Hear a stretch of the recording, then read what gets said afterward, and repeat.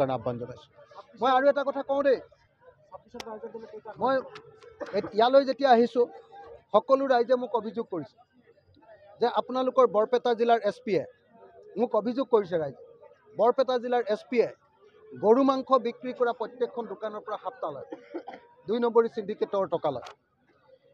মই ইয়ালৈ যেতিয়া আহিছোঁ প্ৰত্যেকজন মানুহে মোক কৈছে যে আপোনালোকৰ বৰপেটাৰ SP-য়ে ইয়াত জুৱা প্ৰৱৰ্তন কৰিছে আৰু জুৱাৰ পৰা পইচা লয়, আৰু জুৱাৰ পৰা পইচা লৈ গোটেই বৰপেটা জিলাখনত জুৱাৰ পৰিভৰ ঘটাই দিছে।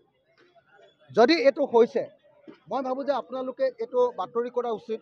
মই কিন্তু আপোনালোকৰ বাতৰি এতিয়ালৈকে দেখা নাই যে গৰু মাংসৰ দোকানৰ পৰা SP-য়ে পইচা তুলিছে, গৰু মাংসৰ হোটেলৰ পৰা SP-য়ে পইচা তুলিছে। এই বাতৰিটো হ'ব লাগে। যদি সঁচা হয় ৰাইজে মোক প্ৰত্যেকজন মানুহে বাৰম্বাৰ কৈ আছে যে SP-য়ে পইচা তুলিছে, SP-য়ে পইচা তুলিছে। দ্বিতীয়তে জুৱাৰ পৰা পইচা তুলিছে। মই অসমৰ মুখ্যমন্ত্ৰীক আহ্বান জনাইছোঁ যে বৰপেটাৰ SP-জন মুখ্যমন্ত্ৰীৰ ভাতৃ, নিজৰ ভায়েক, গতিকে নিজৰ ভায়েকৰ ওপৰত অভিযোগ উঠিছে যে যিজন ককায়েকে গৰু মাংস বন্ধ কৰিছে সেইজন ককায়েকৰ ভায়েকে আকৌ ইয়াতে গৰু মাংসৰ দোকান আৰু গৰু মাংসৰ হোটেলৰ পৰা বোলে পইচা তুলিছে, হাপ্তা তুলিছে। এইটো বৰ ভয়ংকৰ এটা অভিযোগ। আৰু জুৱা খেলাইছে আৰু জুৱাৰ পৰা পইচা তুলিছে বুলি এটা ভয়ংকৰ অভিযোগ উঠিছে। এইটো অভিযোগ মই নাজানো, আপোনালোকে মোতকৈ ভালকৈ জানে। আজি যেতিয়া ৰাইজে মোক চিঞৰি দিছে গোটেই হাজাৰ হাজাৰ মানুহে একেলগে কৈছে যে ইয়াতে সঁচাকৈ গৰু মাংসৰ ওপৰত পইচা তুলি আছে SP-য়ে, জুৱা খেলাই আছে। মোক শ্লিপ লিখি দিছে, এইটো চাওক, এয়া শ্লিপ লিখাই দিছে, চাওক আপোনালোকে নিজেই। গতিকে এই নিউজবিলাক আপোনালোকে কৰিব লাগে।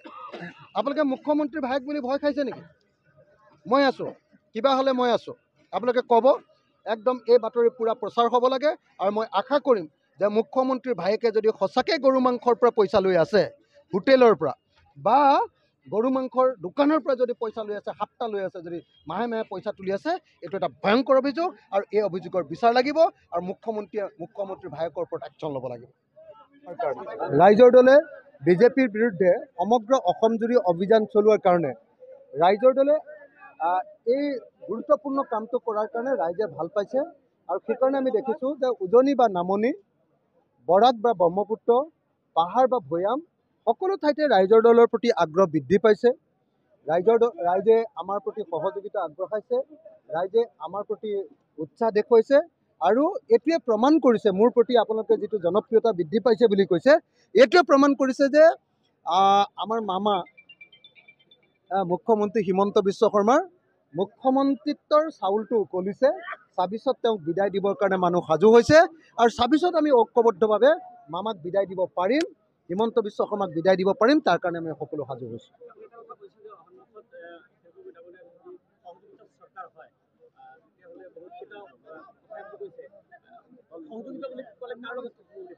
মানে যদি 2026 চনত ৰাইজৰ দল চৰকাৰৰ অংশীদাৰ হয়,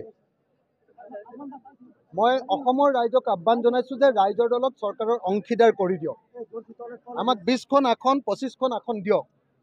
যদি সেইটো হয় বা ৰাইজৰ দলে চৰকাৰ গঠন কৰে বা ৰাইজৰ দলৰ অংশীদাৰিত্বত যদি চৰকাৰ হয়, তেতিয়াহ'লে 26 চনত আমি অসমত হিন্দু মুছলমানৰ ৰাজনীতিটো টোটেলি নাইকিয়া কৰি দিম, জাতি বৰ্ণৰ ৰাজনীতিটো নাইকিয়া কৰি দিম আৰু নতুন এটা উন্নয়নৰ যুগ আৰম্ভ কৰিম, য'ত প্ৰত্যেকজন মানুহক ভোগ দখলী মাটিৰ পট্টা দিয়া হ'ব। আৰু যি পট্টা পাব, পট্টা পোৱা প্ৰত্যেক টুকুৰা মাটি চৰকাৰে নিৰাপদ কৰিবৰ কাৰণে বানপানী আৰু গৰাখহনীয়া ৰোধ কৰি দিব। প্ৰত্যেক টুকুৰা মাটিত জলসিঞ্চনৰ ব্যৱস্থা কৰি বছৰৰ সকলো সময়তে খেতি কৰাৰ ব্যৱস্থা কৰা হ'ব। যদি বছৰত 3বাৰ খেতি কৰে তেতিয়াহ'লে মাটিৰ খাজনা ফ্ৰী হ'ব, আৰু যদি খেতি নকৰে তেতিয়াহ'লে 5 গুণ খাজনা বঢ়াই দিয়া হ'ব। 2 নম্বৰ, প্ৰত্যেকজন খেতিয়কৰ উৎপাদিত বস্তুৰ প্ৰকৃত মূল্য, মিনিমাম ছাপোৰ্ট প্ৰাইচ, অৰ্থাৎ উৎপাদন খৰচতকৈ 3 গুণ দাম দিয়া হ'ব। 3 নম্বৰ, প্ৰত্যেকজন খেতিয়কৰ উৎপাদিত বস্তুৰ ওপৰত নিৰ্ভৰ কৰি অসমত গাঁৱে গাঁৱে ক্ষুদ্ৰ উদ্যোগ গঠন কৰা হ'ব। যি ক্ষুদ্ৰ উদ্যোগবিলাকত অসমৰ প্ৰত্যেকজন মানুহক নিবনুৱাক নিযুক্তি দিয়া হ'ব। সেইকাৰণে বেংগলোৰত কোনো মানুহ থাকিব নালাগে ছিকিউৰিটি গাৰ্ড কৰি, চেন্নাইত কোনোৱে ছিকিউৰিটি গাৰ্ড কৰি থাকিব নালাগে, অসমতে অসমৰ মানুহক মানে নিযুক্তি দিয়াৰ কাৰণে ব্যৱস্থা কৰি তোলা হ'ব। 4 নম্বৰ যিটো কাম কৰা হ'ব সেইটো হ'ল যে অসমৰ বজাৰখন আজিৰ দিনটোত অনলাইনে দখল কৰি পেলালে। দ্বিতীয় দখল কৰি পালে শ্বপিং মলবিলাকে।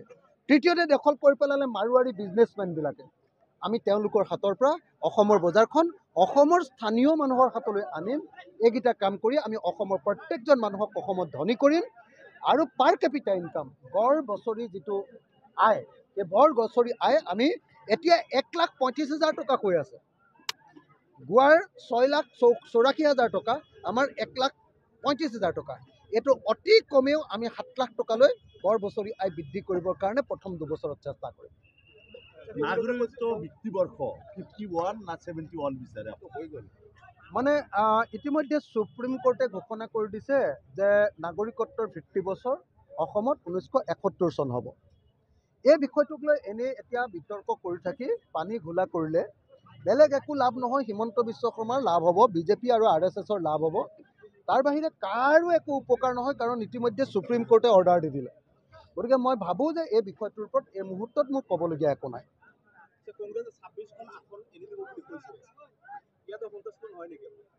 মোক এটা কথা কওকচোন, যে কংগ্ৰেছে অকলে 100খন আসনত খেলি আন 16টা পাৰ্টিক যদি 26খন আসন এৰি দিয়ে, এইটো অনাহাসক পতান দিয়া বুজাব নে নুবুজাব?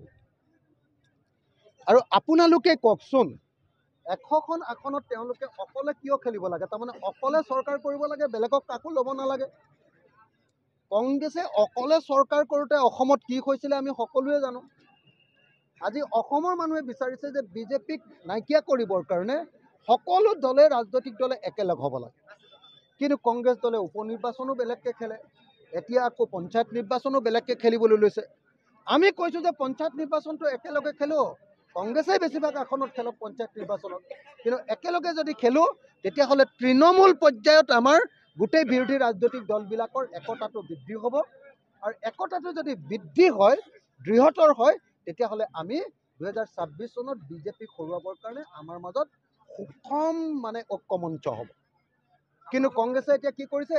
কংগ্ৰেছে কৈছে যে নহয়, আমি পঞ্চায়ত ইলেকশ্যন একেলগে খেলিম, অকলশৰীয়া খেলিম। এইটো দুৰ্ভাগ্যজনক। মই সেইকাৰণে বাৰম্বাৰ কৈ আছোঁ, কংগ্ৰেছে উত্তৰটো দিয়া নাই। কংগ্ৰেছক মই বাৰম্বাৰ সুধি আছোঁ, গালি পৰা নাই আকৌ দেই, আপোনালোকে গালি পাৰিছোঁ বুলি নক'ব। কংগ্ৰেছক মই বাৰম্বাৰ সুধি আছোঁ যে 2026 চনত বিজেপিক সঁচাকৈ পৰাভূত কৰিব বিচাৰেনে? যদি বিচাৰে তেতিয়াহ'লে পঞ্চায়ত নিৰ্বাচন একেলগে খেলিব নালাগেনে? যদি পঞ্চায়ত নিৰ্বাচনো আপোনালোকে বেলেগকৈ খেলে, আপোনালোকে উপনিৰ্বাচনো বেলেগকৈ খেলে, MP ইলেকশ্যনতো অকল আমাক এখনহে দিয়ে, তেতিয়াহ'লে সঁচাকৈ এইটো বিৰোধী ঐক্যমঞ্চ হৈ থাকিবনে? নে এইটো কংগ্ৰেছৰ ঐক্যমঞ্চ হ'ব? গতিকে মই ভাবোঁ যে পঞ্চায়ত ইলেকশ্যনটোত কংগ্ৰেছে আন 16টা ৰাজনৈতিক দলৰ লগত একেলগে খেলিব লাগে। আৰু কেৱল নিজৰ দলৰ সংগঠন বৃদ্ধি কৰাৰ কাৰণে চেষ্টা কৰি থাকিলে বিজেপিক আমি অসমৰ পৰা খেদিব নোৱাৰিম। কংগ্ৰেছৰ প্ৰতি মানুহৰ সেই আস্থা এই মুহূৰ্তত অন্ততঃ নাই। সকলো একলগ হ'লেহে আমি বিজেপিক খেদিব পাৰিম। গতিকে মই সকলোকে ঐক্যবদ্ধ হ'বৰ কাৰণে আহ্বান জনাইছোঁ। নাই, এক মিনিট, সাংবাদিকক কিবা প্ৰশ্ন সুধিল? হয়,